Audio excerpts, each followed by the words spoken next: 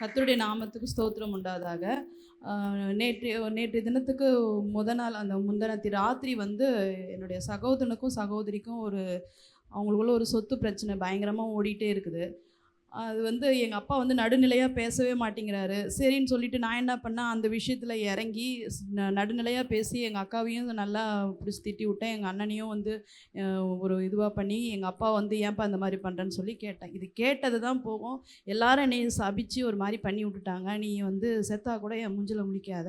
அப்படி இப்படின்லாம் எங்க அப்பா வந்து எனக்கு விரோதமா எங்க அக்கா எழுப்பி விட்டா.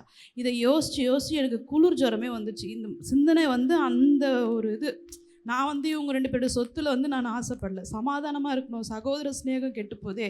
இவங்க சமாதானமா இருக்கணும்னு சொல்லிட்டு போனேன். ஆனா வந்து என்னைய ஒரு மாரி பேசவும், இந்த டிப்ரஷன் வந்து என் மனசுல ரொம்ப ஆழ்ந்து போச்சு. சரி இதுலேருந்து என்னால மீளவே முடியல. ஜுரம் அப்படியே தூக்கி தூக்கி போடுது. குளிர் ஜுரம். மாத்திரை போடுறேன். சாயந்தரம் போய் ஊசி போட்டு வரேன். இந்த ஜுரம் நிக்கவே இல்ல.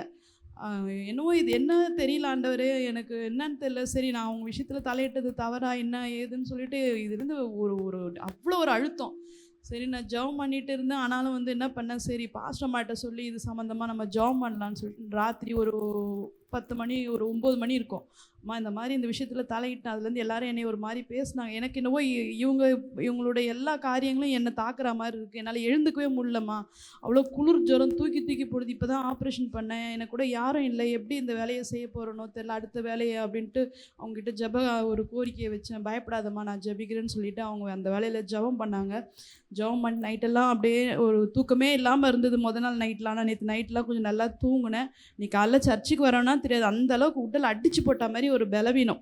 ஆனா எழுந்து இன்னைக்கு காலையில வீட்டு வேலையெல்லாம் செஞ்சுட்டு, பிள்ளைகளை பராமரிச்சுட்டு, எழுந்து ஒரு ஒரு ஒரு பெலனோட பிள்ளைகளை பார்க்க இப்ப ஆலயத்துக்கு வந்து உட்கார கர்த்தர் கிருபை செய்தார். ஆமென். அதுக்காக கர்த்தருக்கு ஸ்தோத்திரம். ஜெபித்த அம்மாவுக்கு ரொம்ப நன்றி.